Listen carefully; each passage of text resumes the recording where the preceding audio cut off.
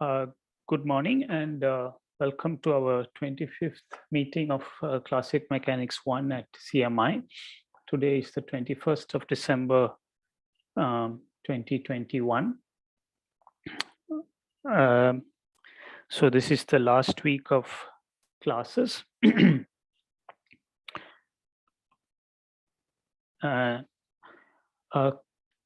Somebody asked about the determinant of a Lorentz transformation last time. I forget who it was. Could you please tell me if you're here?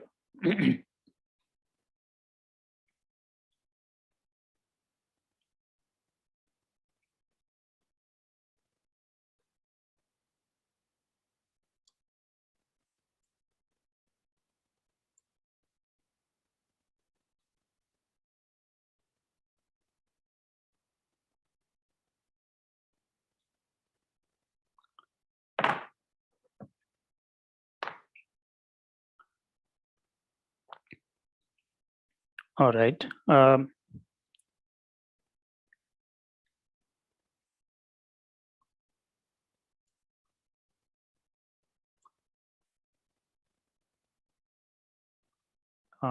Okay, so Milan Paul has reminded us that today is 21/12/21. Nice.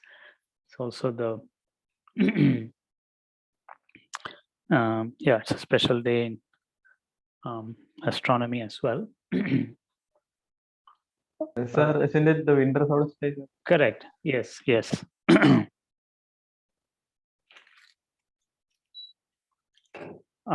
Yeah, so I just wondered who had raised this question about the determinant of the Lorentz transformation last time. If the person is here, please do identify yourself. So last time we had introduced the concept of Lorentz transformations between inertial frames that are in uniform relative motion. And one key feature was that the coordinates transverse to the direction of the boost velocity are unchanged, and they also don't affect x prime or t prime, which are purely linear functions of x and t. So this was the broad feature of the transformation. And let me read out the transformation as we finally found it. X prime was given by gamma times x minus vt. So v is the speed of the frame s prime relative to s, which moves along the positive x direction. And t prime is equal to gamma times t minus vx upon c squared. Here, the quantity gamma is a function of the boost velocity.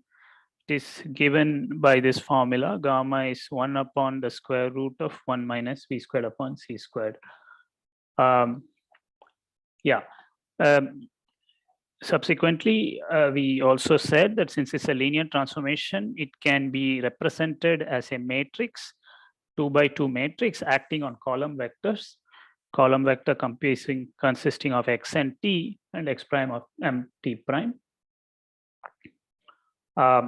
And we identified the matrix elements of that 2 by 2 matrix. It's got gammas along the diagonal and minus v gamma upon c squared. Yeah. So someone computed the determinant. So I will call this matrix lambda of v because it depends on the boost velocity. And one of you computed the determinant of lambda and showed that it is equal to 1 and wondered what that signifies. So so let us ask, yeah, there is an answer to that question. But when can a transformation have determinant not equal to 1? Can ask. So suppose we make the transformation where x prime is equal to minus x and t prime equal to t. Yeah, so just a reflection in the spatial coordinate. Then this corresponding matrix would be minus 1, 0, 0, 1. Because this is not a Lorentz transformation, just a reflection. And here so let me call this reflection RF. and the determinant of this RF would be -1 in this case. Yeah. So you get to see how a transformation may fail to have determinant 1. Of course, time reversal also is one such thing. Suppose t prime is -t and x prime is just x. Again, you will have a diagonal matrix 1, 0, 0, -1 acting on x and t, giving you x prime and t prime. Yeah. So again, this one has determinant of this time reversal matrix again is -1.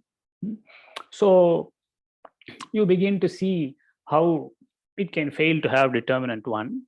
Part of why it is 1 is that it is orthochronous. You don't have this either a reflection or a time reversal are not involved. Yeah. So yeah. So the and no reflection. Yeah. So those were not part of the Lorentz transformation. We preserved the sense of time. We also didn't permit reflections. We just had a uniform boost. There are other ways in which a determinant can fail to be 1. For instance, suppose we make a rescaling, x prime is equal to 2x, yeah, and t prime is 3t. Yeah, you rescale your time coordinate as well as your space coordinate, or one of the two. Again, the determinant will fail to be 1. In this case, the determinant would be 6. So such things are not happening. So that is the main message. You're not sort of rescaling variables. You're not reversing the sense of space or time. Yeah, so such things are not happening, and that is part of the reason why the determinant is 1. We can be a little bit more precise also in the context of integration in calculus in 2 variables. Suppose we have the integration element dx dt. We can ask, what does it become in the new variables x prime and t prime? Generally, these two are not equal to each other. Right. After all, if you make such a transformation, x prime is 2x and t prime is 3t, then dx prime dt prime would be equal to 6 times dx dt. Yeah. You notice that this 6 is actually the same as the determinant of the transformation. Though I have introduced it through an example, this is true in general. The determinant of that transformation matrix appears as a prefactor in the area or volume element of the space whose coordinates you are transforming. Okay, so generally speaking, if you have some dx prime dy prime, we will write it as dx dy times the determinant of a 2 by 2 matrix consisting of the entries dx prime dx, dx prime dy, dy prime dx, dy prime dy. Okay, so this 2 by 2 matrix, I claim, I mean, this is not a full discussion. This is something you will learn in your multivariable calculus course. This matrix of first partial derivatives of the transformation, when you take its determinant, that is the factor that relates integration elements. So the statement that the Lorentz transformation, Lorentz transformation is linear. So all these derivatives are actually constants, right? Because if you have a linear function, differentiate one, you will get a constant. So this matrix is called the Jacobian matrix. And for a Lorentz transformation, the Jacobian matrix is the Lorentz transformation matrix itself. And so determinant of the Jacobian equal to 1 is the same as the determinant of lambda equal to 1. And it would say that the space-time integration element is unchanged. Dx dt is the same as dx prime dt prime. So this is another interpretation. But I want you to keep in mind the simple interpretations also, that you're not rescaling spatial or time coordinates, you're not reversing either of them. So those are also important things to bear in mind. Okay, so whoever asked this question, I hope I have clarified to some extent. If you would tell me who you are, my mystery at least will be partly resolved.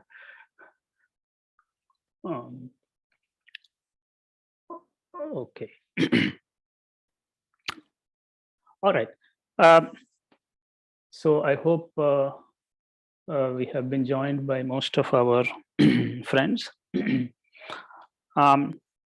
Sir? Yes, please. Yes. Sorry, I have a question. Should I Yes. ask now? Yes, Oh, please okay. go ahead. So when we talked about assigning distances, like the radar method, I didn't fully understand how B assigns. What does it even mean to assign distance in B's frame, where B is like the one going obliquely? Okay. So, see, B is going obliquely as A views it. Yeah. As far as B is concerned, B is sitting wherever B is sitting. So when you take B's viewpoint, you could be B and you are simply sitting there. How do you measure the distance to some event or the time at which some event occurs? You do what you will normally do. You send a light signal by lighting a torch, goes somewhere, hits something, comes back to you after some time. You measure the time it has taken according to your clock, divide by 2 and assign that as the time of that event. Okay. And similarly for the spatial distance of that event. So it is not necessary, it is confusing perhaps to, so it is really, that is all there is to it. That's how B assigns distances. The fact that B is moving relative to A does not play any role in B's assignment of times or distances to events. So there's only two concepts, right? What A assigns as a distance to that event and what B assigns as a distance to that. Yeah, distance or the coordinates of that event. Indeed. Now, the further answer to your question is that, okay, A is assigning some distances and times to some event or some coordinates to some event. So is B. Now, these two may not be the same. What do we do with it? Well, what do you do with it? You transform them using a Lorentz transformation. That is all. Yeah. So however you do your job, I will do my job while sitting in a car going on the road. We will both come to some coordinates for certain event like Paurnami. Yeah, so the moon is a full moon today. We assign some event for that time and space coordinates. These two may not be the same. How do you relate them? Well, you put them in this big formula and relate them. That's what a Lorentz transformation is for. Yeah, perhaps I'm not answering your question in the way you want it to be answered. No, I'm not able to like visualize it in the drawing. In the drawing. Okay. Okay. Let me. Okay, you're saying. Okay. Let me, if I can clarify the drawing, I will try to do that. Let me not attempt to do that right now. Yeah, but okay, I will bear in mind your question. In the drawing, you want some clarification there. Yes. I mean, one thing that I think Gautam Vishwanathan was asking last time is, I mean, I just make one small comment here. So we are referring to this figure where B is moving at some speed relative to A, constant speed, yeah, in this positive X direction.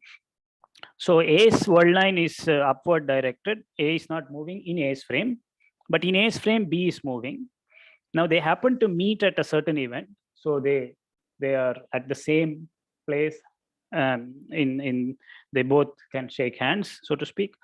Now, when they do shake hands, both of them switch on their torches and shine them in the same direction. Yeah, they are shaking hands. They both shine two torches in the same direction. So at that instant of time, they both set off light beams which both go in the same direction at the same speed. That is why there is just one line there. That is the line of the laser beam. Both A. Yes, sir. Yeah. Sorry. Both. Okay. So both A and B were at the same place at the same time. Yeah, they were shaking hands. Yeah, so that is why it is just one line there.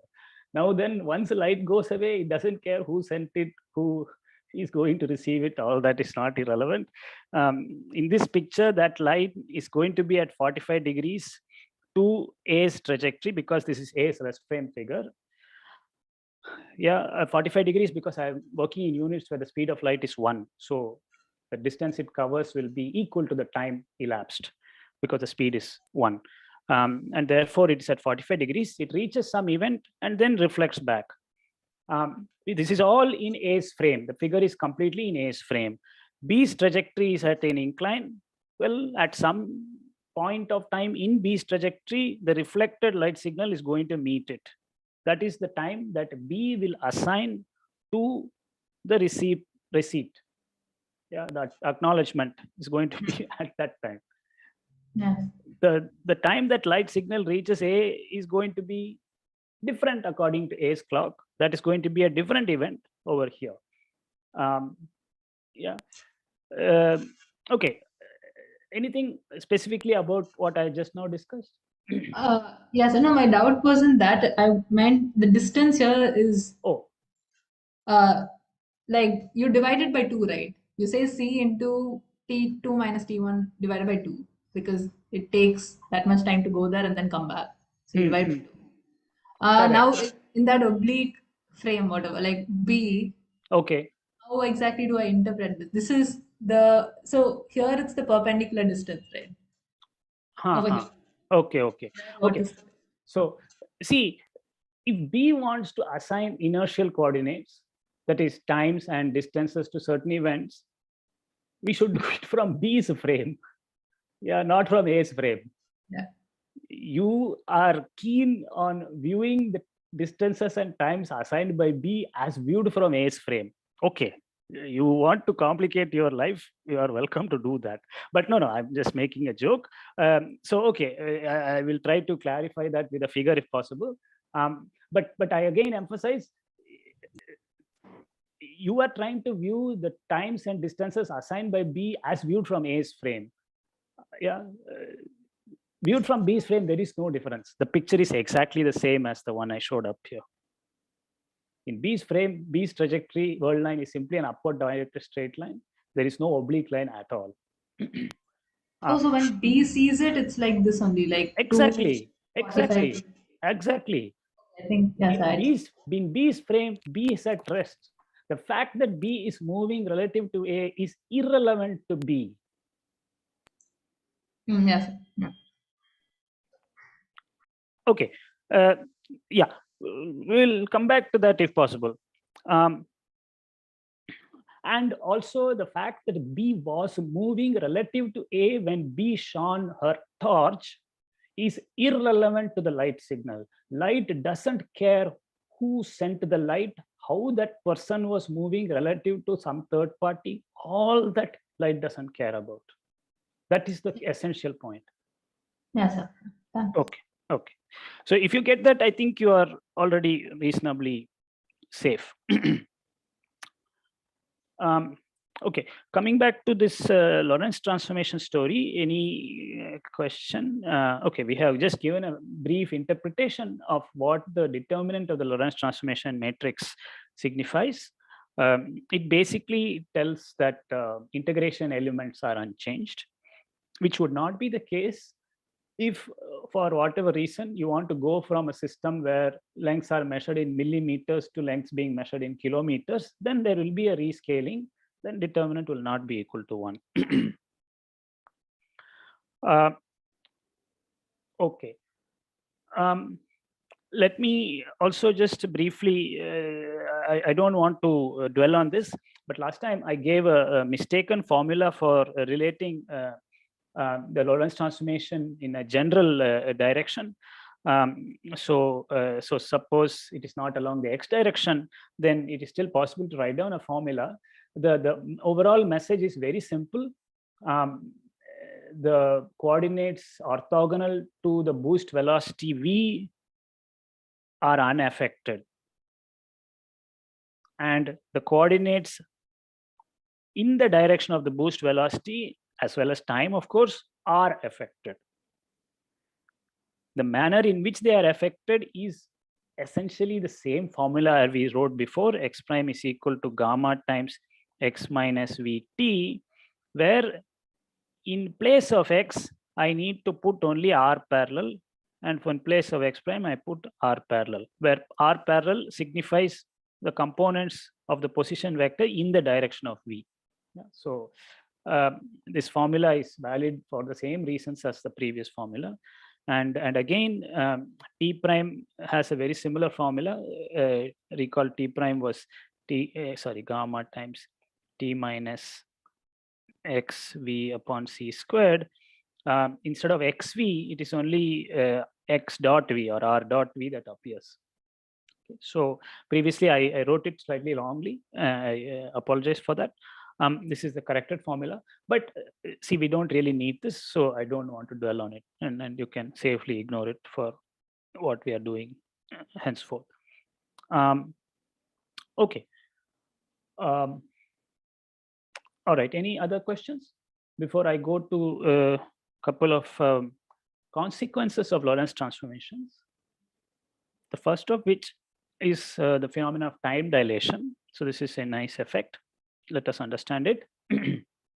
So a consequence of the Lorentz transformation of time intervals. Yeah. So we said how the time coordinate changes. Now we can ask, how does a time interval change? Yeah. So that is, you have two events at two times, you have some time difference. You can ask, how does that time difference look when viewed from a moving frame relative to the original frame? So the main message which needs to be interpreted carefully is that moving clocks run slow. So this is just a slogan. One has to understand what it means. Moving clocks run slow. When I say moving clock, I mean, for instance, I am at rest sitting, I am sitting in this room. There is a clock in a car that is moving on the road, and I observe that clock. Okay? So that clock is moving for me. That clock is not moving for the person in the car.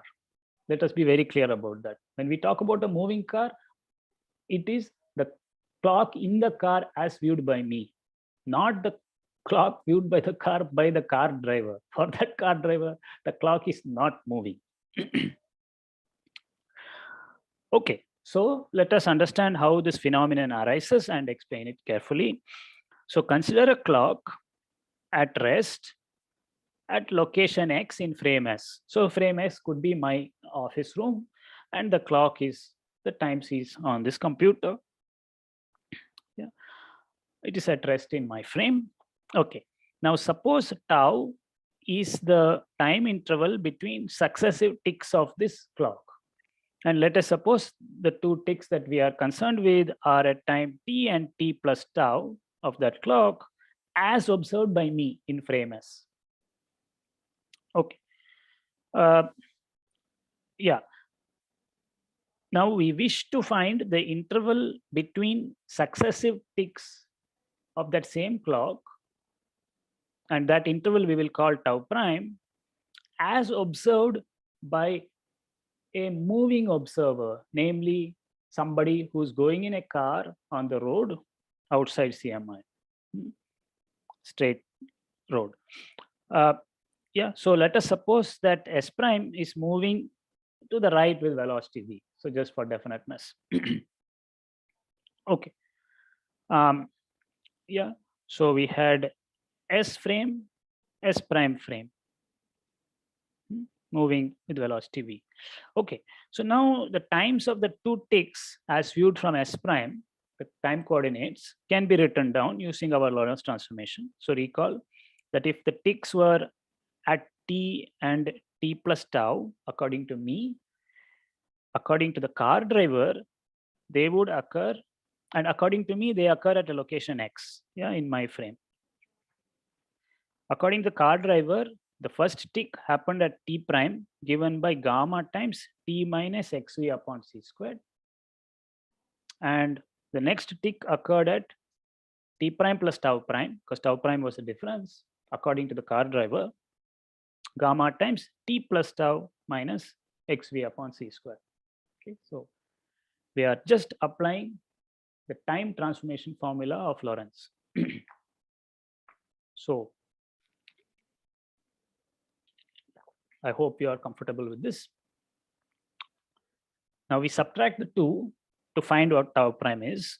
So upon subtracting, we see that this gamma t factor cancels out. Furthermore, the gamma times xv upon c squared factors also cancel out, terms also cancel out, leaving behind only the gamma tau term. Therefore, we get that tau prime is gamma tau. Okay, so that is fairly simple, just difference. Okay, now recall that gamma was given by 1 upon square root of 1 minus v squared upon c squared. And because v is less than c, yeah, we are only concerned here with frames that move at speeds less than the speed of light. So that this gamma is more than 1, because you are taking something away from 1. So the denominator is going to be less than 1, and then the quotient is more than 1. So since gamma is more than 1, we see that the time interval between successive ticks as observed by the car driver, namely tau prime, are longer than the interval between the successive ticks as observed by me in the clock's rest frame, which was tau. Yeah, so tau prime is equal to gamma tau, which is more than tau. So the car driver says that according to the car driver's viewpoint, the successive ticks of my clock are separated by a time that is longer than the time interval that I assign to them.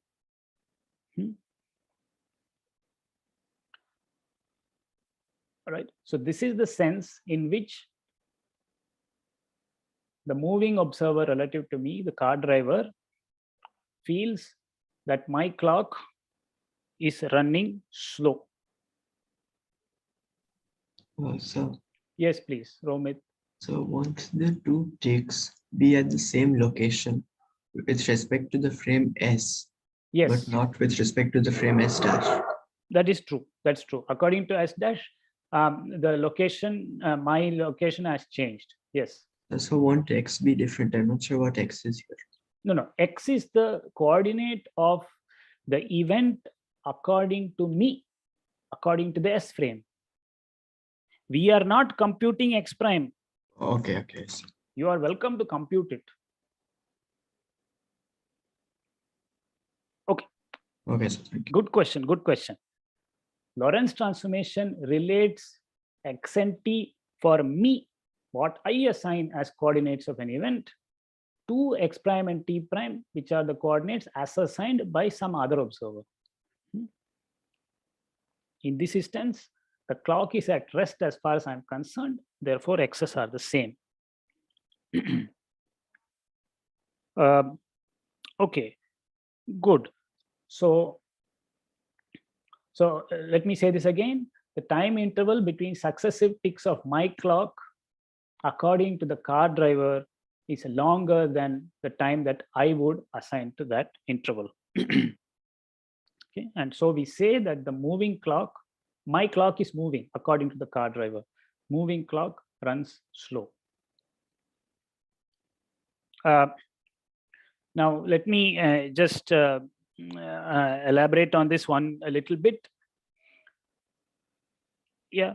Now, suppose the observer in S prime, namely the car driver, also has a watch, has a clock, which is identical to the one that I have. Okay.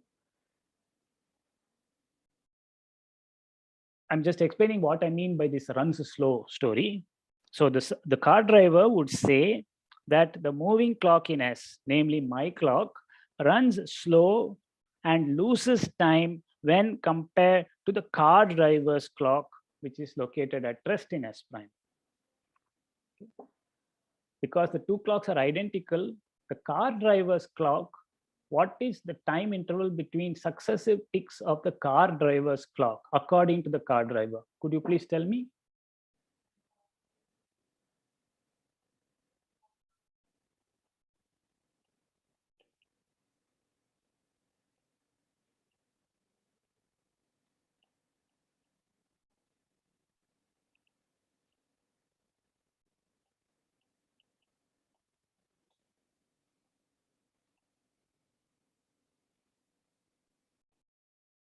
what is the time between successive ticks of the car driver's clock according to the car driver?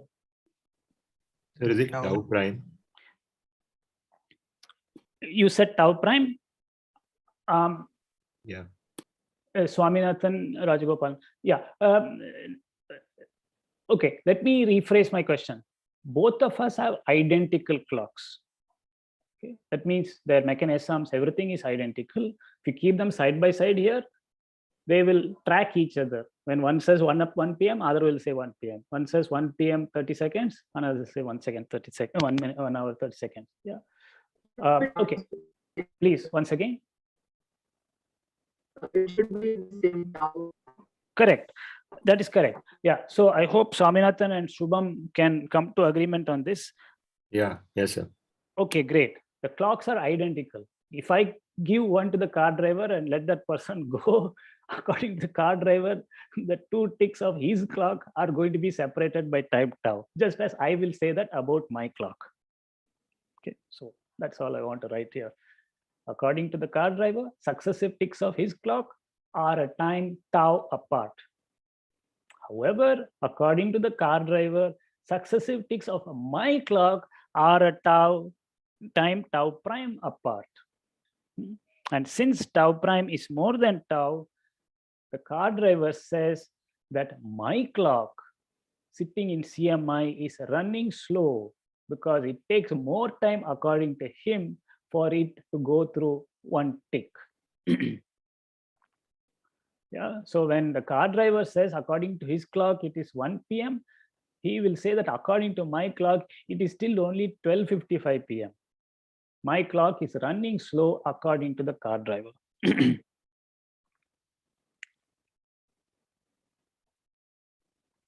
Okay, so I mean, this is a new phenomenon. So I encourage you to please think about it, read it again. I want to conclude this little discussion by saying that there is a reciprocity here. There is no meaning to say that the car is moving in any absolute sense. Relative to me, car is moving. Relative to car, I am moving. Okay, so there is a reciprocity here.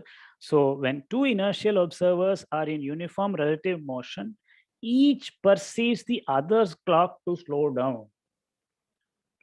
There is no one-way story here. As far as I am concerned, the car driver's clock is running slow. According to the car driver, my clock is running slow. Okay? And both are correct in their viewpoints.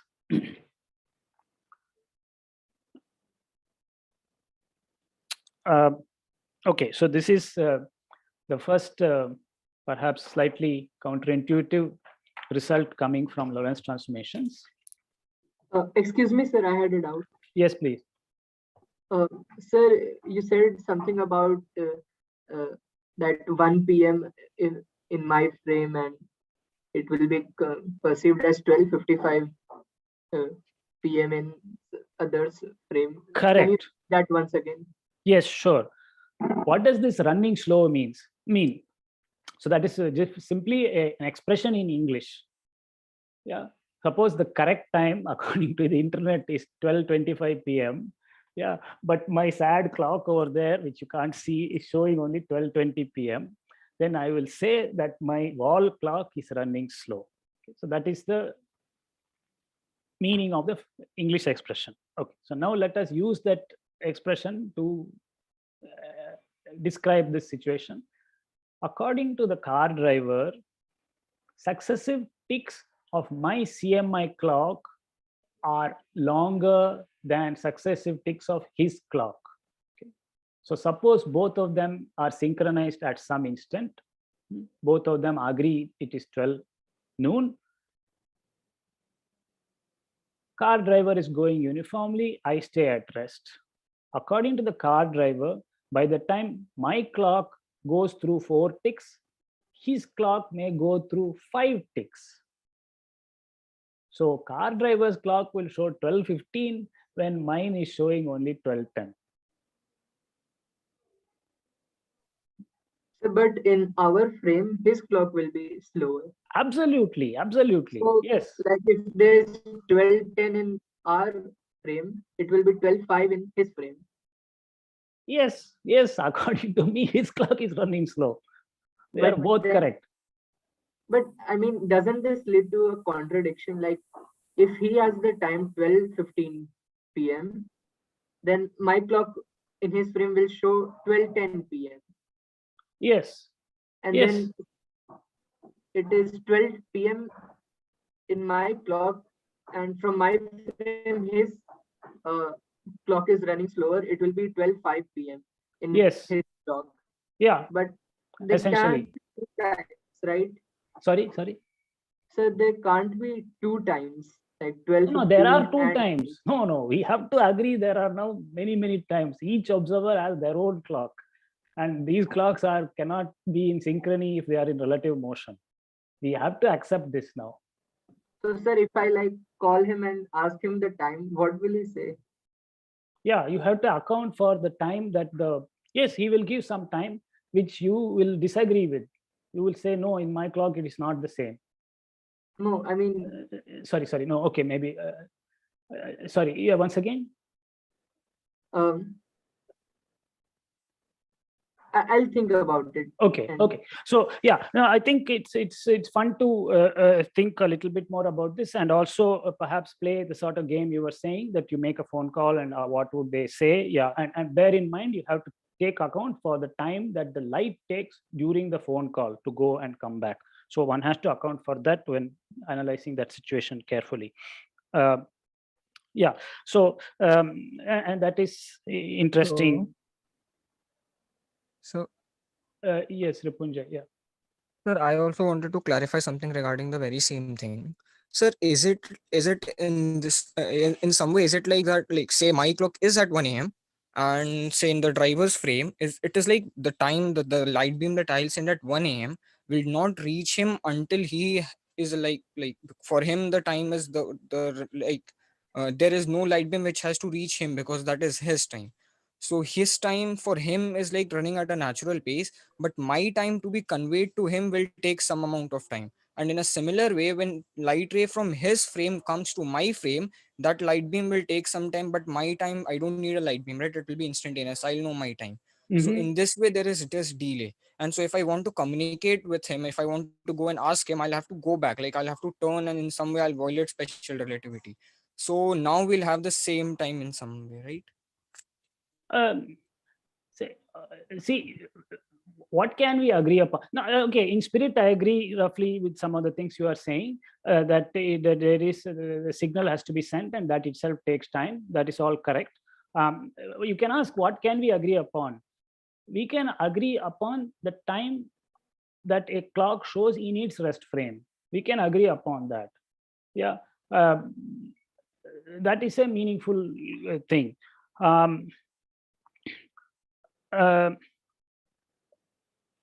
Okay, I'm not sure. Okay, if you want to ask your question further, or please do so. Or can I amplify it once Sure, more? Yeah. So like say I try to calculate his time in my frame and I try to do a reverse Lorentz transformation on that time. Mhm. Then I'll get back what my time is and which will be even his local time, right? So if I imagine two parallel like two parallel path trajectories, so it's like two straight lines and two different graphs, not on the same graph, on two different graphs. Mhm. Then I do a Lorentz transformation on his time in my frame, I get some time, and I do a reverse Lorentz transformation, I get back another time, and both those times will match. One will be my time and one will be his time, but because we are two different graphs, so the rate at which that time takes is same, right? Okay, it was a bit fast for me. Okay, I'm sorry, I didn't quite. Yeah, I mean, this is a subtle matter, so I'm hesitant to say yes or no. So I don't quite understood the setup you are mentioning.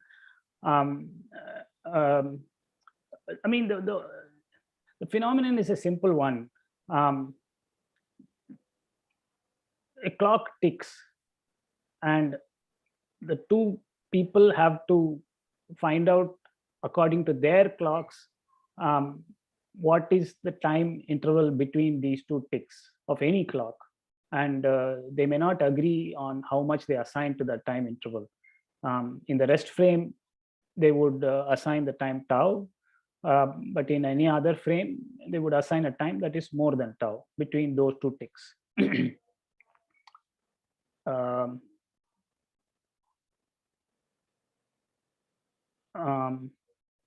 Yeah, okay. Okay, maybe this needs to be thought about some more, and maybe you want to set up a protocol or some kind of more detailed communication setup to think further about it. Yeah, let me, if I'm able to help further in that, I will do so. Right now, I would like to keep it as it is.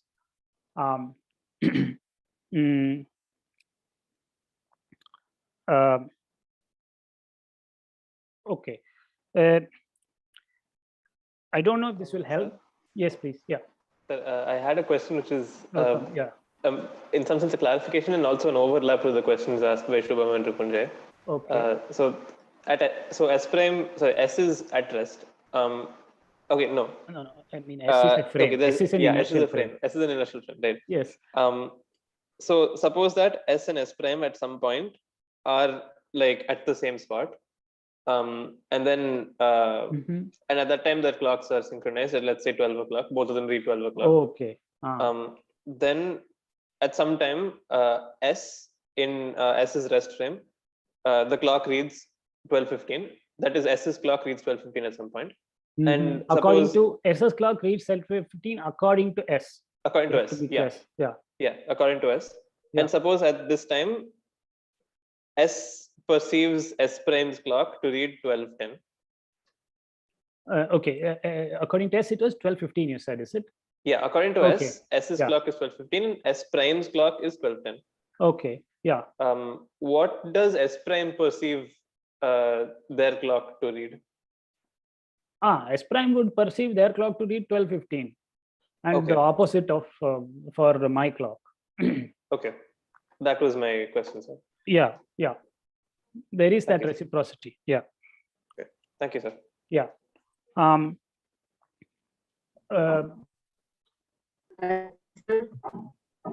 Yes. Okay. I yes, think this Shubham. Yeah. this answers my question also. Oh, okay. Okay. Fine. All right. Yeah. I mean, there are more thought experiments one could do on this, and it may help.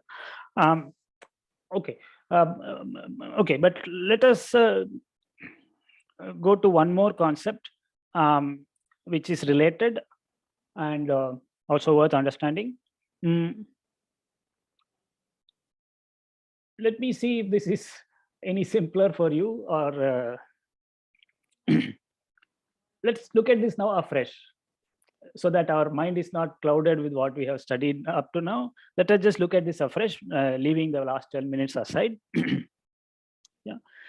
Now, another consequence of the Lorentz transformation is that moving sticks appear to contract in the direction of motion. Now, this is called length contraction. So let us see what this means. So suppose there is a stick, a meter stick at rest in my room. That is the S frame, and it has a length L. Okay, length L. Now we wish to find its length as observed from the frame S prime, which is that of a car driver moving uniformly relative to me. So for convenience, let us suppose that S prime moves along the negative x-axis with speed v. Yeah, negative doesn't matter too much. Or to say it differently, I am moving along the positive x-axis relative to the car. That's all. Okay. Now let us understand what we mean by the length of a stick. To measure the length of a stick in S, so this stick for me, what do? I note the coordinates of the ends A and B. So I label the ends nib and bottom A and B at the same time according to my clock. Okay, so my stick is at rest. I note down the coordinate of this end and that end, that is AB, at the same time, according to me. And so we will have two events, namely XA at time t and XB at time t. And I will assign the length XB minus XA equal to L as the length of my stick. Yeah. Now, in this case, they need not even have been at the same time because the stick is at rest relative to me. I can measure the coordinates of the left and right ends at any time, do one after the other. I will get the same length. Okay, so there is no problem in doing that. So since the stick is at rest in S, XB minus XA is equal to L, even if the ends were observed at different times. Okay. So now we understand what we mean by the length of a stick in its rest frame, in the frame in which it is at rest, which is my frame. All right. Now we want to measure the length of the same stick as observed by some other person moving in frame S prime, which moves at speed v relative to me. So how do we do this? We have to first say what we mean by the length of that stick is. So how would we do this? We would determine the coordinates, which we will call xb prime and xa prime, the coordinates of the ends of the stick simultaneously. Okay, because for the car driver, the stick is not at rest. Stick is moving. So to measure the length of the stick, the protocol we will follow is that the ends of the stick, their coordinates xa prime, xb prime, must be determined by the car driver at a common time instant t prime. Okay, otherwise, the stick itself would have moved. It will not be very meaningful to measure their locations at different times and simply take some difference. Yeah. So we will agree that when we say the length of an object, we mean the difference in the spatial coordinates between its extremes at a common time according to the observer who is doing the measuring. Right. So that is how the car driver is going to assign a length to my stick. Now let us, what is our aim? We want to determine the length assigned by the car driver. Okay, so that is the overall aim. Let us see how to get it. Now we will use the Lorentz transformation formula, of course.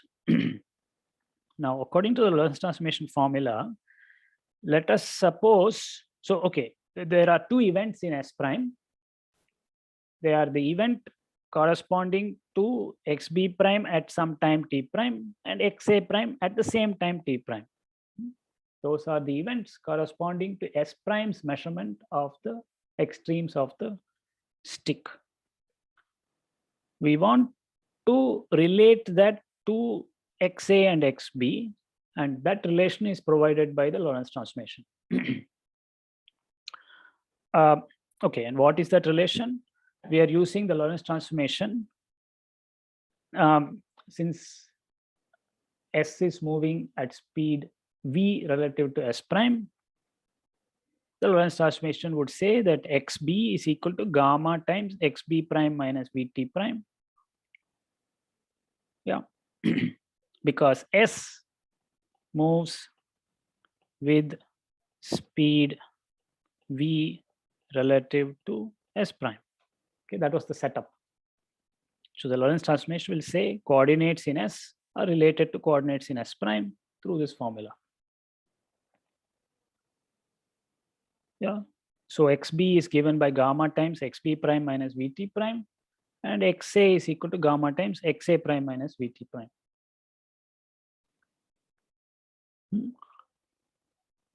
Now we take the difference. On the left hand side, we get xb minus xa, but that we know about. We know that that's the length of the stick as I define it, as I measure it. Right hand side, the time terms cancel out because it was done simultaneously according to the car driver. So on the right hand side, we get gamma times xb prime minus xa prime. Now xb prime minus xa prime is what the car driver calls the length of the stick. So let's call that L prime. So we are basically done. Xb prime minus xa prime, which is L, is equal to gamma L prime. So what is the interpretation? The length as observed in S prime, which is denoted L prime, is equal to L upon gamma. Since gamma is more than 1, we conclude that L prime is less than L. Okay, so that is all there is to it at one level. Thus, we say that the moving stick, the stick I am holding in my hand, is moving as far as the driver is concerned. So the driver says the moving stick, which he assigns a length L prime to, is shorter than an identical stick that he may be holding in his hand. It's also shorter than the stick I am holding in my hand and assigning a length L to. So we summarize this result by saying that a moving stick appears to be contracted in the direction of motion. If it's in the orthogonal direction, there will be no change.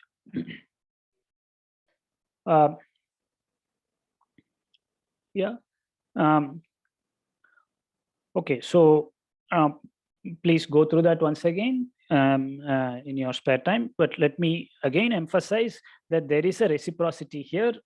When two inertial observers are in uniform relative motion at a speed v, each perceives a meter stick carried by the other and lying along the direction of relative motion to have a length 1 by gamma meters. Okay. So we both make meter sticks of the same length, or in the common factory, we make 2 meter sticks of length 1 meter when they are at rest relative to the observer. Then one I keep, one I give to the car driver. Car driver goes at uniform velocity. Then according to me, the car driver's stick has a length 1 by gamma meters.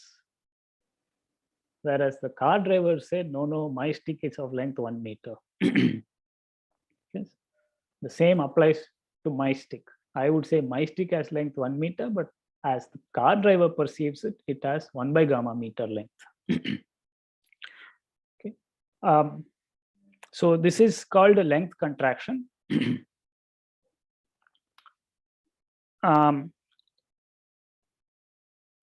Okay.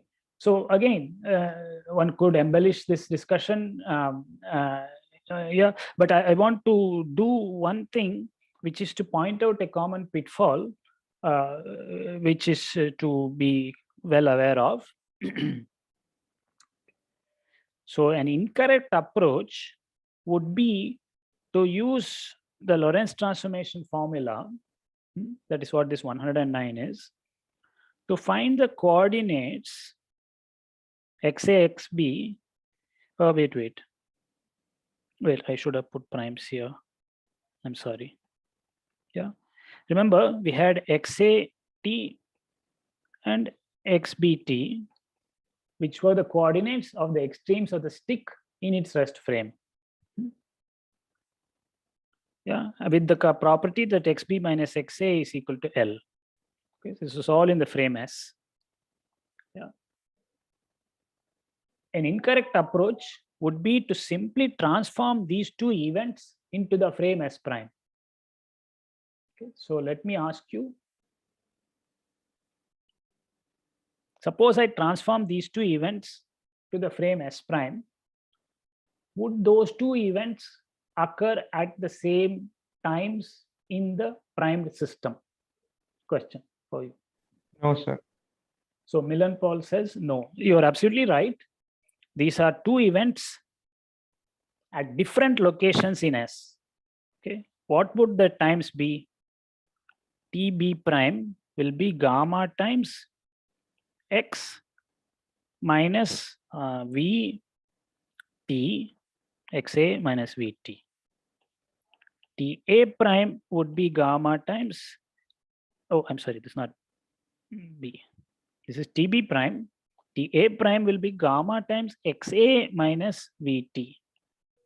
The t's are the same, but the x's are different. And therefore, Ta prime would not be equal to Tb prime. So if we simple-mindedly go and transform these two events to two events in the S prime frame, those two events will not be coincident according to S prime. And then suppose we throw caution to the wind and simply take the difference between X prime B and X prime A.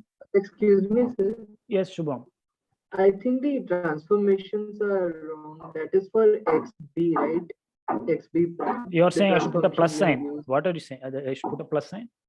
Is that what you're saying? No, it should be T minus Dx A by C square. Oh, I'm sorry. Yes, you're right. I have used the position transformation formula for time. Yeah, I'm very sorry about this. Yeah, yes, Shubham, you're right. I mistakenly wrote the wrong transformation formula. But I hope that didn't affect the spirit of the discussion. Milan's statement is correct, but what I wrote was wrong. So let me transform these two events to the new frame. They will occur at 2 times Ta prime, which is given by gamma times Ta minus Xa V upon C squared. Is this what you want, Shubham?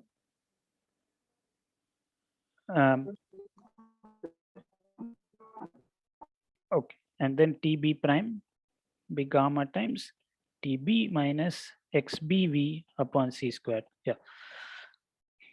Now, Ta prime would not be equal to Tb prime.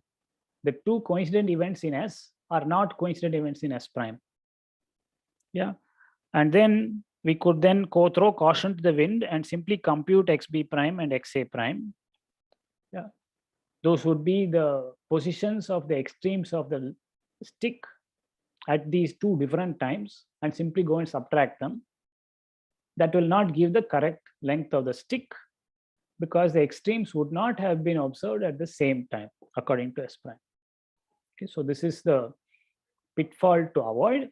If you want to measure the length of an object, make sure you find the coordinates of its ends at the same time. So, yes, Romit. to observe the coordinates at the same time, that means the light signal for the farther point will have to be sent earlier and it will be received later. Yeah, okay. So you're saying in practice, how would you do it? Yes. Yeah, you would have to make sure that such things are done in advance and so on. Yeah. Or you do it once, then you find that one is arriving earlier. You move a little bit and you keep doing it until you get to the middle of the stick. Yeah. So is that what you had in mind? Yes, sort of. You're right. Yeah. Yeah. In practice, if you want to measure the positions at the same time, yes, you would need to adjust your position or account for the fact that they are not at equal distances from you in computing the time, the distances based on light signals. You are right.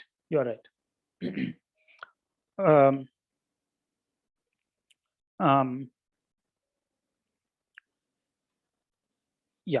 Okay. Any other question?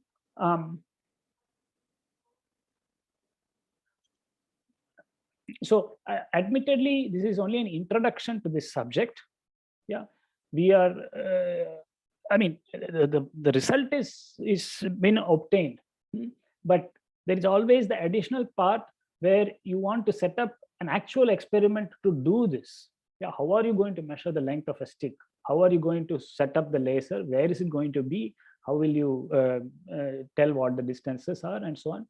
So there is very much that part of the program, and it is worth thinking about.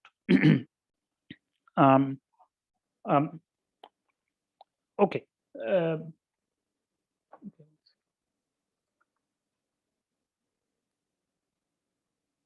Yeah.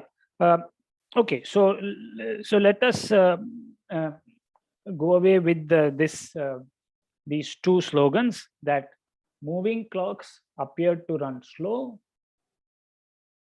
or rather the time interval between ticks of a moving clock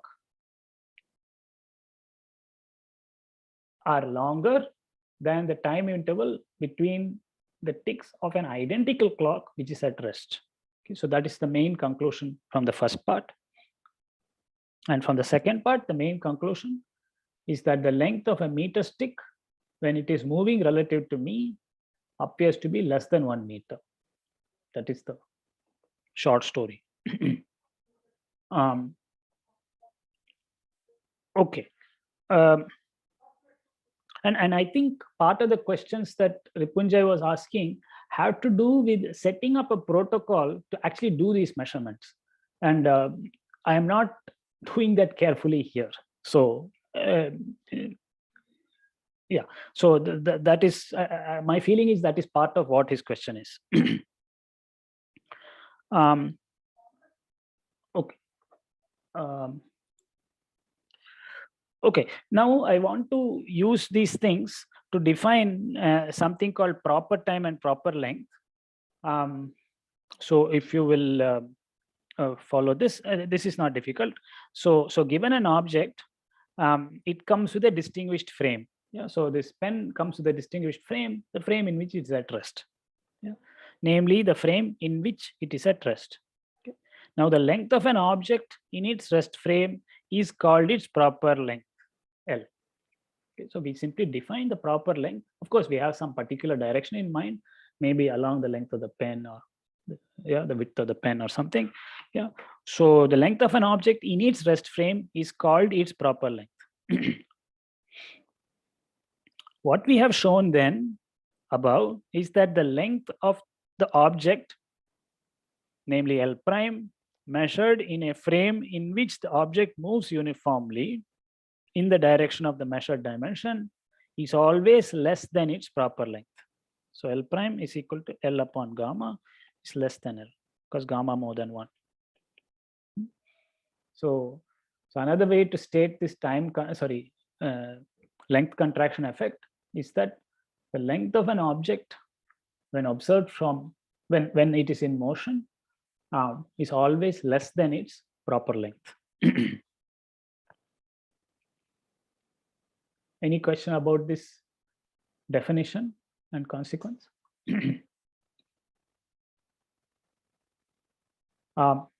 We can do the same thing for times.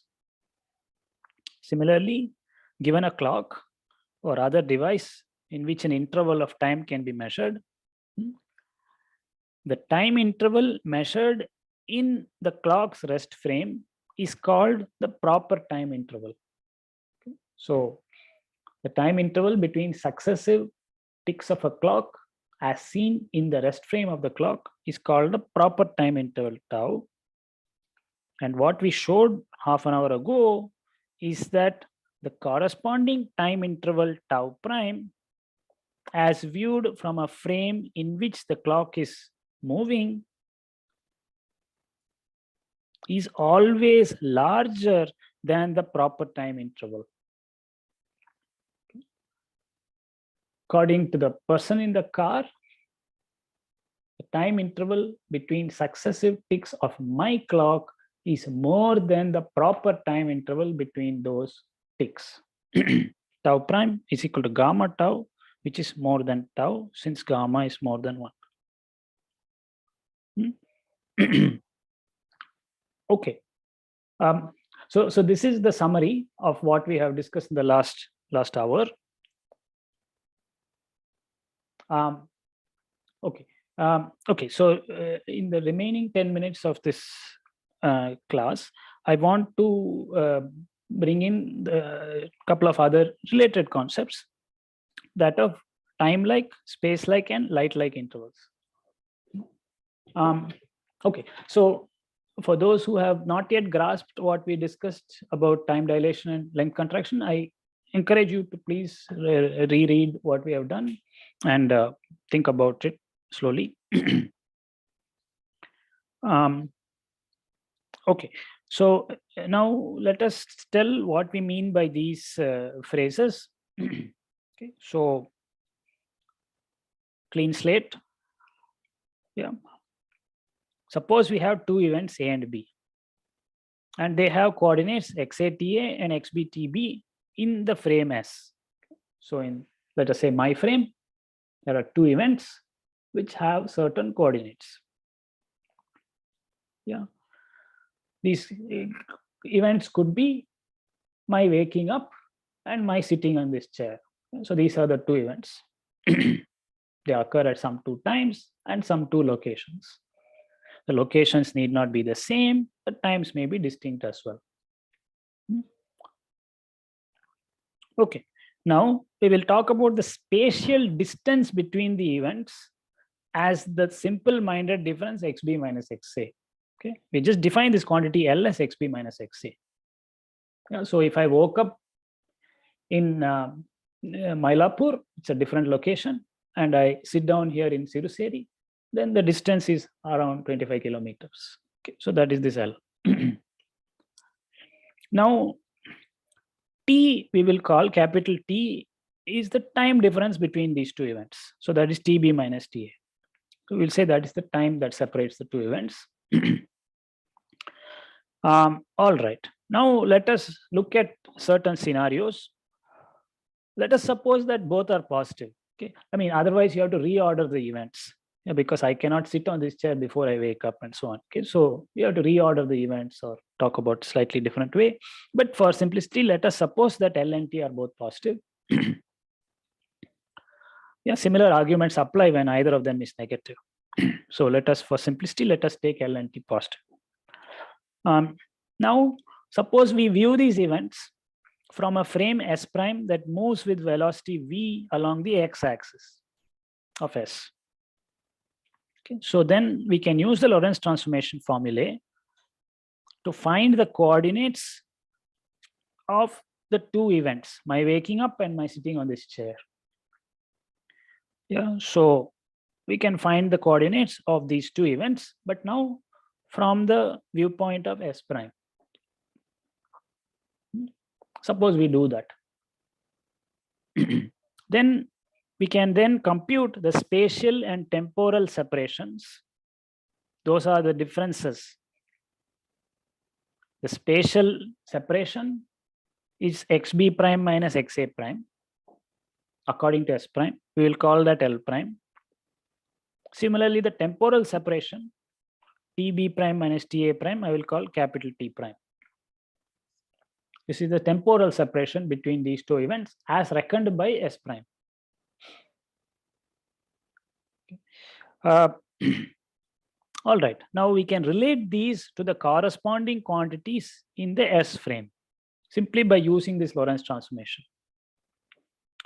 Yeah, so difference in X's, I have to compute from this formula. So I will get gamma times xb minus xa, so that was L, minus v TB minus TA, which is capital T.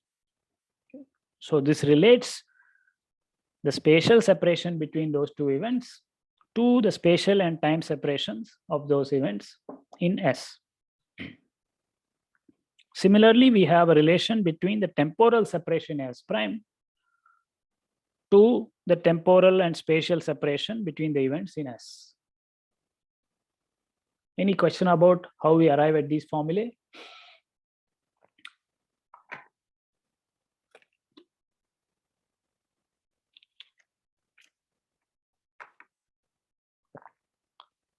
All right, now is where the fun begins. Suppose that L was more than CT. That is, suppose the spatial separation, Mylapore to Siruseri distance, is more than speed of light times temporal separation. Okay. In this case, physically, what does it mean?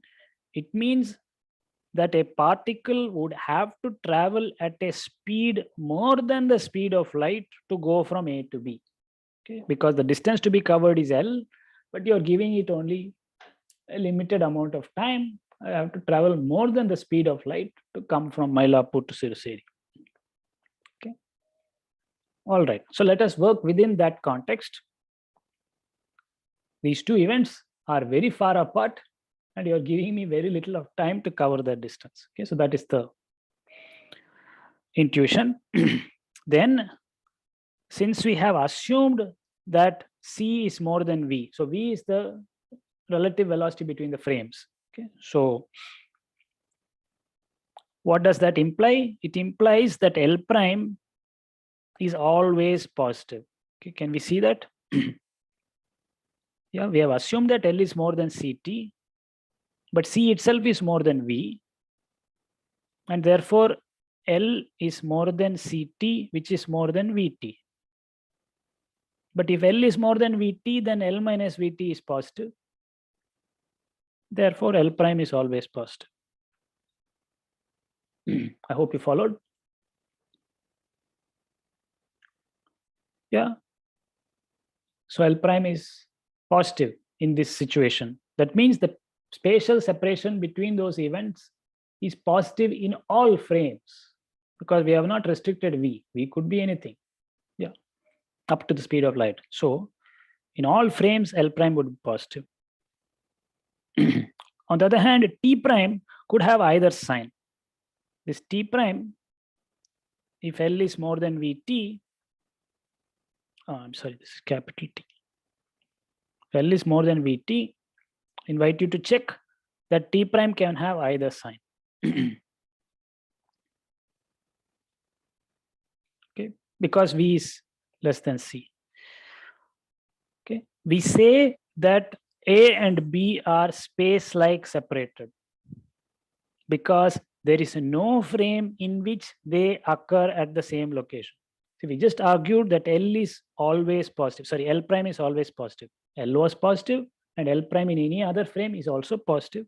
So in all frames, the spatial separation between these events is positive. So there is no frame in which the events occur at the same location. Under such circumstances, we say that the two events are space-like separated. Now, space-like separated means there is no frame in which they occur at the same location. However, there is a frame in which they occur at the same time. Now, which frame is that? You can calculate and find out. We just need to put T prime equal to 0. Okay, because if you want them to be simultaneous, the temporal separation must vanish. You put this equal to 0, you will determine that that frame is the one that moves relative to my frame, for instance, at the speed c squared t upon L. Yeah, just putting this equal to 0. Okay. So let me summarize. Space-like separated events are those that do not occur at the same location in any frame, in any inertial frame. There is no frame in which they occur at the same location, but there is a frame in which they occur at the same time. Right. So Mylapore at 7 a.m. and this chair, this office at 7 a.m. are space-like separated events. There is a frame in which they occurred at the same time, namely 7 a.m. in Chennai clock frame, but they are at different locations. So they are space-like separated events. Any question about this concept of space-like separated? Yes, sir. Yes. Is it necessary that c square t by L is always less than c? C squared, sorry, say that again. C squared T by L. So the condition that we wanted for the time separation to also vanish. We need to set. You want the time separation to vanish, right? Because we are looking for a frame in which they occur simultaneously. Yeah. So no, what your question is, can this be satisfied? That's what you're asking. Okay. Yes, sir. Yeah. Okay. Let us check. We are claiming that there is a frame where, and that frame has speed relative to the original one given by c squared t upon L. Now, for consistency, only one thing has to be checked. Is this quantity V less than C? That is all we need to check. If it is more than C, then there is no such frame. Okay, let us check. We already assumed that L is more than CT. Yeah, that was the basic setup assumption. Yeah. So if L is more than CT, what does this say? Okay, it says that CT upon L is less than 1. Agree? Yes, sir. Very good. So that I can write CT upon L is less than 1. So this is less than C. CT upon L is less than 1. Yeah, because, okay, if you want to take 2 steps, so I'll write it as C times CT upon L. But CT upon L is less than 1, and therefore Yes, sir. V is less than C. So we have just shown that you are supposed to make a boost only a little bit. You don't go faster than speed of light. There is always such a frame. Now, if you make a boost slightly more than this, then the temporal separation will become negative. If you make a boost slightly less than this, the temporal separation will become positive. Okay. So Got it, sir. that was the previous statement, that the temporal separation could have either sign or even vanish. Okay. Got Okay. it, sir. Thank you. Very good. Very good. Yeah. Okay. So all right. So that is the concept of space-like separated events. All right. Let me not rush this. I was intending to talk about also the other 2 cases, time-like and light-like separated. But let me pause here and do that next time. Any question about what we just discussed?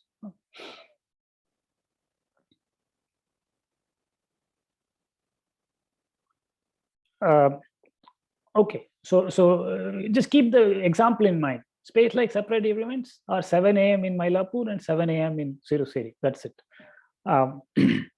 There is always a frame when they are simultaneous. Okay, so then we will stop here and continue our discussion on Thursday. Any other question right now? So I have a doubt. Yes, Not please. from this lecture. Yes. When we talked about history of like why special relativity came up, you said to retain principle of relativity, they had to discard ether hypothesis because there would be a distinguished frame. I didn't understand that part. Yeah. Why did No, that? let us think of ether as some kind of air or some kind of liquid around us. Now that liquid, the frame in which that liquid is at rest is the ether frame. Okay. Now that would be some kind of distinguished frame.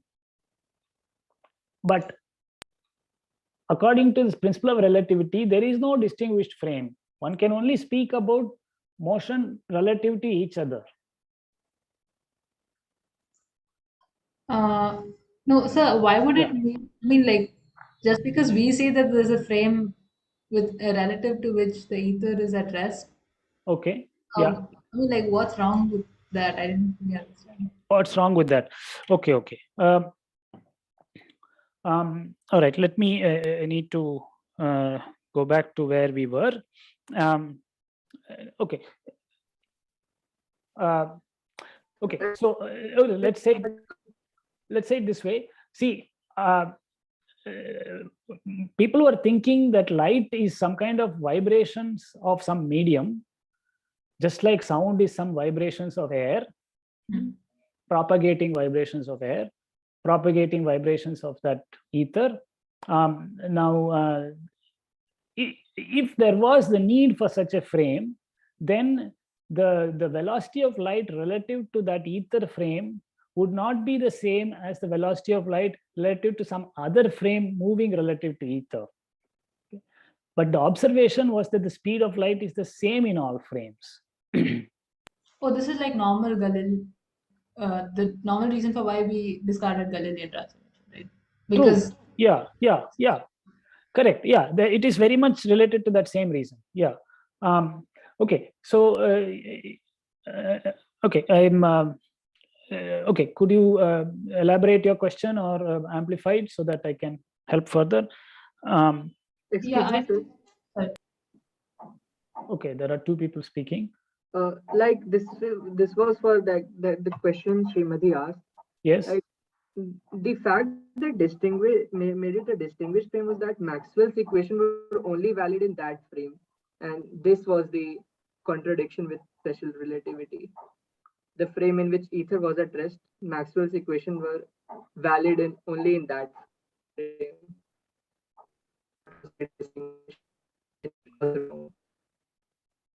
I think that was what she was asking. Okay, yes, one could think of it that way, that perhaps there is some frame called ether frame in which ether is at rest and in which Maxwell's equations are valid, and light would travel at the speed c in that frame.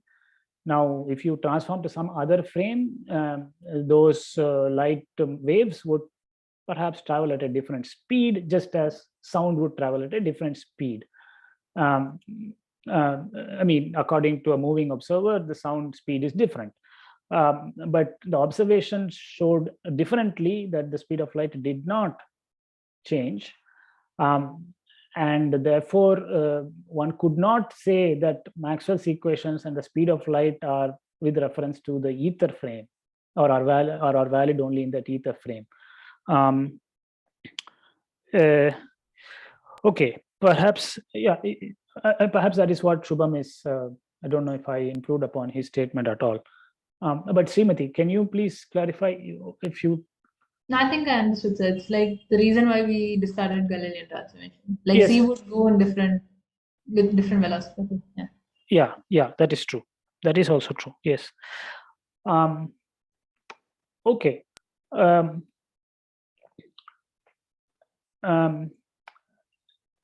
Yeah, okay. So I think to combine what Shubham and you said, on the one hand, if we don't want a distinguished frame, principle of relativity says that there is no absolute frame of rest or a frame of motion. Okay, so we can't accept such things if we want principle of relativity.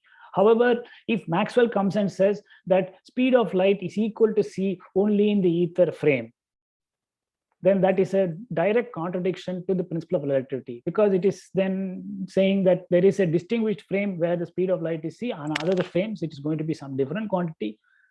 Then if Maxwell's equations were valid only in that frame and have to be transformed and to get some new equation which imply a different speed in other frames, that would violate the principle of relativity, because it would say that there is a distinguished frame in which Maxwell's equations are valid and in which the speed of light is c.